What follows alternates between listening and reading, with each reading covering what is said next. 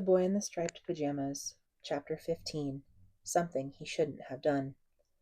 For several weeks the rain was on and off and on and off, and Bruno and Schmoll did not see as much of each other as they would have liked.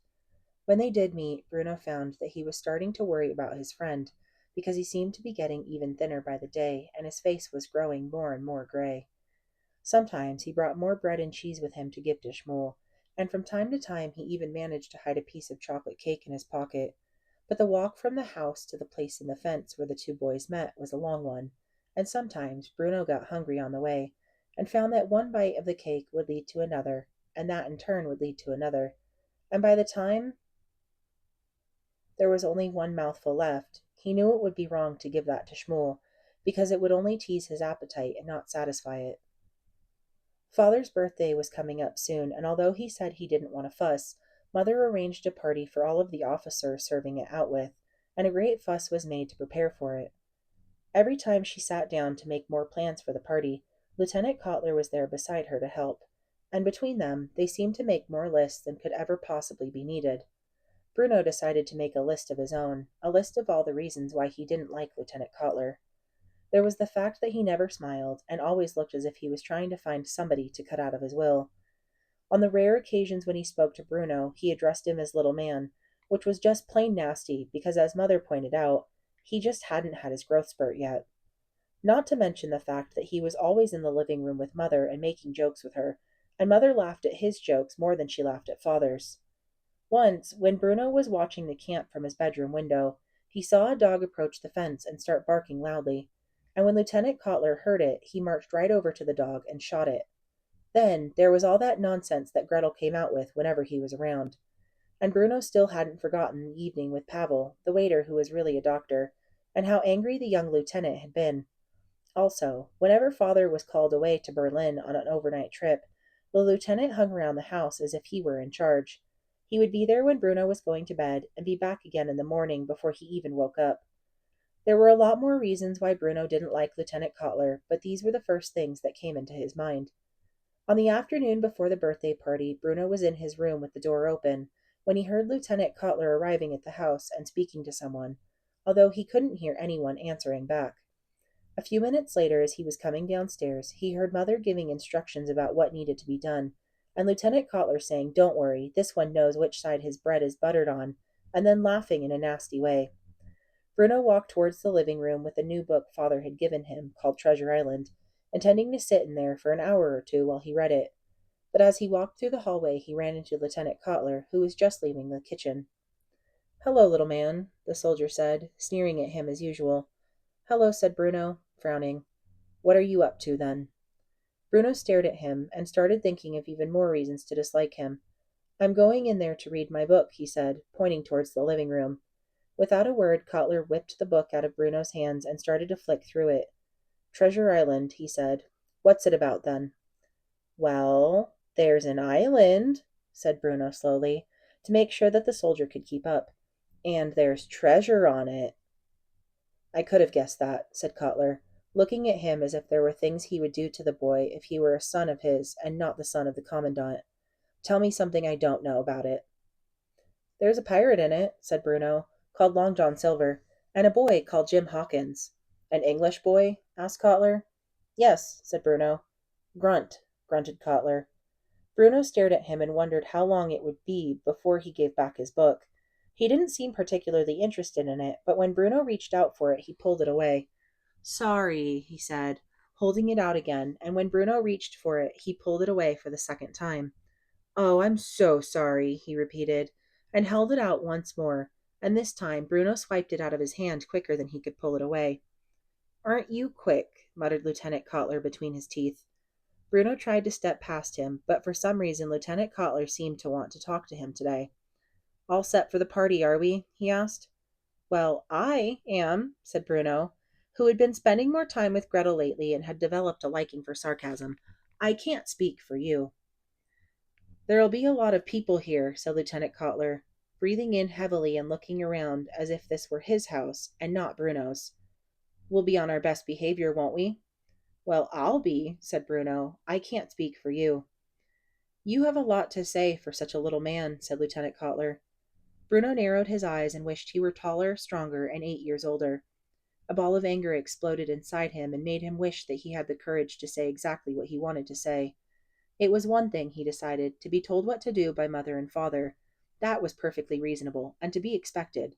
But it was another thing entirely to be told what to do by someone else, even by someone with a fancy title like lieutenant. "Oh, Kurt, precious, you're still here," said Mother, stepping out of the kitchen and coming towards them. "I have a little free time now if—" "Oh," she said, noticing Bruno standing there. "Bruno, what are you doing here?" "I was going into the living room to read my book," said Bruno. "Or I was trying to, at least." "Well, run along into the kitchen for the moment," she said. "I need a private word with Lieutenant Cotler." And they stepped into the living room together as Lieutenant Cotler closed the doors in Bruno's face. Seething with anger, Bruno went into the kitchen and got the biggest surprise of his life. There, sitting at the table, a long way from the other side of the fence, was Shmuel. Bruno could barely believe his eyes. "Shmuel," he said, "what are you doing here?" Shmuel looked up, and his terrified face broke into a broad smile when he saw his friend standing there. "Bruno," he said. "What are you doing here?" repeated Bruno, for although he still didn't quite understand what took place on the other side of the fence, there was something about the people from there that made him think they shouldn't be here in his house. "He brought me," said Shmuel. "He?" asked Bruno. "You don't mean Lieutenant Cotler?" "Yes. He said there was a job for me to do here." And when Bruno looked down, he saw 64 small glasses, the ones Mother used when she was having one of her medicinal sherries, sitting on the kitchen table, and beside them a bowl of warm, soapy water and lots of paper napkins. "What on earth are you doing?" asked Bruno. "They asked me to polish the glasses," said Shmuel. "They said they needed someone with tiny fingers." As if to prove something that Bruno already knew, he held his hand out, and Bruno couldn't help but notice that it was like the hand of the pretend skeleton that Herr Litz had brought with him one day when they were studying human anatomy. "I'd never noticed before," he said in a disbelieving voice, almost to himself. "Never noticed what?" asked Shmuel. In reply, Bruno held his own hand out so that the tips of their middle fingers were almost touching. "Our hands," he said. "They're so different. Look." The two boys looked down at the same time, and the difference was easy to see. Although Bruno was small for his age, and certainly not fat, his hand appeared healthy and full of life. The veins weren't visible through the skin, and the fingers weren't little more than dying twigs. Shmuel's hand, however, told a very different story. "How did it get like that?" he asked. "I don't know," said Shmuel. "Used to look more like yours, but I didn't notice it changing. Everyone on my side of the fence looks like this now." Bruno frowned. He thought about the people in their striped pajamas and wondered what was going on at Outwith, and whether it wasn't a very bad idea if it made people look so unhealthy. None of it made any sense to him. Not wanting to look at Shmuel's hand any longer, Bruno turned round and opened the refrigerator, rooting about inside it for something to eat. There was half a stuffed turkey left over from lunchtime, and Bruno's eyes sparkled in delight, for there were few things in life that he enjoyed more than cold chicken, with sage and onion stuffing. He took a knife from the drawer and cut himself a few healthy slices, and coated them with the stuffing before turning back to his friend. "I'm very glad you're here," he said, speaking with his mouth full. "If only you didn't have to polish the glasses, I could show you my room." "He told me not to move from this seat or there'd be trouble." "I wouldn't mind him," said Bruno, trying to sound braver than he really was. "This isn't his house, it's mine, and when Father's away, I'm in charge. Can you believe he's never even read Treasure Island?" Shmuel looked as if he wasn't really listening. Instead, his eyes were focused on the slices of chicken and stuffing that Bruno was throwing casually into his mouth. After a moment, Bruno realized what he was looking at and immediately felt guilty. "I'm sorry, Shmuel," he said quickly. "I should have given you some chicken too. Are you hungry?" "That's a question you never have to ask me," said Shmuel, who, although he had never met Gretel in his life, knew something about sarcasm too. "Wait there, I'll cut some off for you," said Bruno, opening the fridge and cutting another 3 healthy slices. "No, if he comes back," said Shmuel, shaking his head quickly and looking back and forth towards the door. "If who comes back? You don't mean Lieutenant Cotler?" "I'm just supposed to be cleaning the glasses," he said, looking at the bowl of water in front of him in despair, and then looking back at the slices of chicken that Bruno held out to him. "He's not going to mind," said Bruno, who was confused by how anxious Shmuel seemed. "It's only food." "I can't," said Shmuel, shaking his head and looking as if he was going to cry. "He'll come back. I know he will," he continued. his sentences running together quickly. I should have eaten them when you offered them. Now it's too late. If I take them, he'll come in and. Shmuel, here, said Bruno, stepping forward and putting the slices in his friend's hand. Just eat them. There's lots left for our tea. You don't have to worry about that.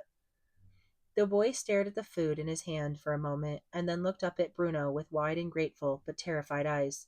He threw one more glance in the direction of the door, and then seemed to make a decision, because he thrust all 3 slices into his mouth in one go, and gobbled them down in 20 seconds flat.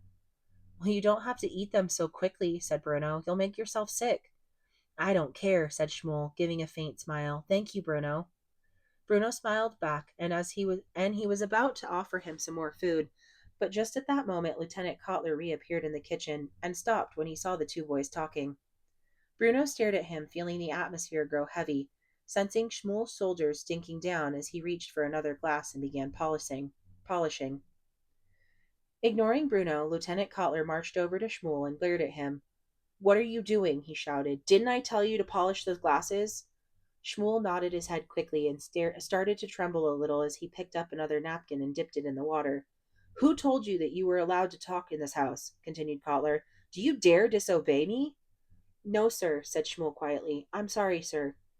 He looked up at Lieutenant Kotler, who frowned, leaning forward slightly and tilting his head as he examined the boy's face. Have you been eating? He asked him in a quiet voice, as if he could scarcely believe it himself. Shmuel shook his head. You have been eating, insisted Lieutenant Kotler. Did you steal something from that fridge?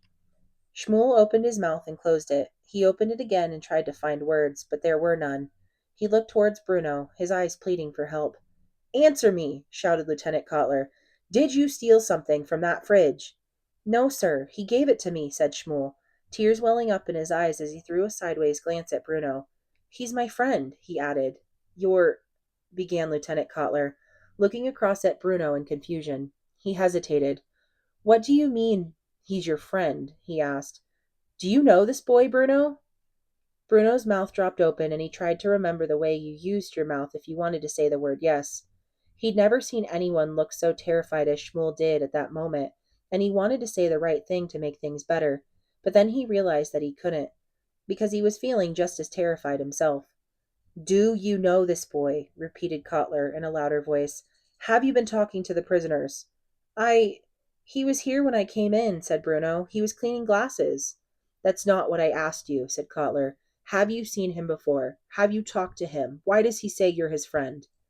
Bruno wished he could run away. He hated Lieutenant Kotler, but he was advancing on him now, and all Bruno could think of was the afternoon when he had seen him shooting a dog, and the evening when Pavel had made him so angry that he... Tell me, Bruno, shouted Kotler, his face growing red. I won't ask you a third time. I've never spoken to him, said Bruno immediately. I've never seen him before in my life. I don't know him. Lieutenant Kotler nodded and seemed satisfied with the answer. Very slowly he turned his head back to look at Shmuel, who wasn't crying any more, merely staring at the floor and looking as if he was trying to convince his soul not to live inside his tiny body any more, but to slip away and sail to the door and rise up into the sky, gliding through the clouds until it was very far away. You will finish polishing all these glasses, said Lieutenant Kotler in a very quiet voice now, so quiet that Bruno almost couldn't hear him. It was as if all his anger had just changed into something else. Not quite the opposite, but something unexpected and dreadful. And then I will come back to collect you and bring you back to the camp, where we will have a discussion about what happens to boys who steal. This is understood, yes? Shmuel nodded and picked up another napkin and started to polish another glass. Bruno watched as his fingers shook and knew that he was terrified of breaking one. His heart sank, but as much as he wanted to, he couldn't look away. Come on, little man, said Lieutenant Kotler, coming towards Bruno now and putting an unfriendly arm around his shoulder. You go to the living room and read your book, and leave this little... to finish his work. He used the same word he had used to Pavel when he had sent him to find the tire. Bruno nodded and turned round and left the kitchen without looking back. His stomach churned inside him, and he thought for a moment that he was going to be sick. He had never felt so ashamed in his life. He had never imagined that he could behave so cruelly. He wondered how a boy who thought he was a good person really could act in such a cowardly way towards a friend. He sat in the living room for several hours, but couldn't concentrate on his book. I didn't dare go back to the kitchen until later that evening, when Lieutenant Kotler had already come back and collected Schmuel and taken him away again. Every afternoon that followed, Bruno returned to the place in the fence where they met, but Schmuel was never there. After almost a week he was convinced that what he had done was so terrible he would never be forgiven. But on the seventh day he was delighted to see that Schmuel was waiting for him, sitting cross-legged on the ground as usual, and staring at the dust beneath him. "Schmuel," he said, running towards him and sitting down, almost crying with relief and regret. "I'm so sorry, Schmuel. I don't know why I did it. Say you'll forgive me." "It's all right," said Schmuel, looking up at him now. There was a lot of bruising on his face, and Bruno grimaced, and for a moment he forgot about his apology. "What happened to you?" he asked, and then didn't wait for an answer. "Was it your bicycle? Because that happened to me back in Berlin a couple of years ago. I fell off when I was going too fast, and was black and blue for weeks. Does it hurt?" "I don't feel it anymore," said Schmuel. "It looks like it hurts." "I don't feel anything anymore," said Schmuel. "Well, I am sorry about last week," said Bruno. "I hate that Lieutenant Kotler. He thinks he's in charge, but he isn't." He hesitated for a moment, not wanting to get sidetracked. He felt that he should say it one last time and really mean it. "I'm very sorry, Schmuel," he said in a clear voice. "I can't believe I didn't tell him the truth. I've never let a friend down like that before. Schmuel, I'm ashamed of myself." And when he said that, Schmuel smiled and nodded, and Bruno knew that he was forgiven. And then Schmuel did something that he had never done before. He lifted up the bottom of the fence, like he did whenever Bruno brought him food. But this time he reached his hand out and held it there, waiting until Bruno did the same. And then the two boys shook hands and smiled at each other. It was the first time they had ever touched.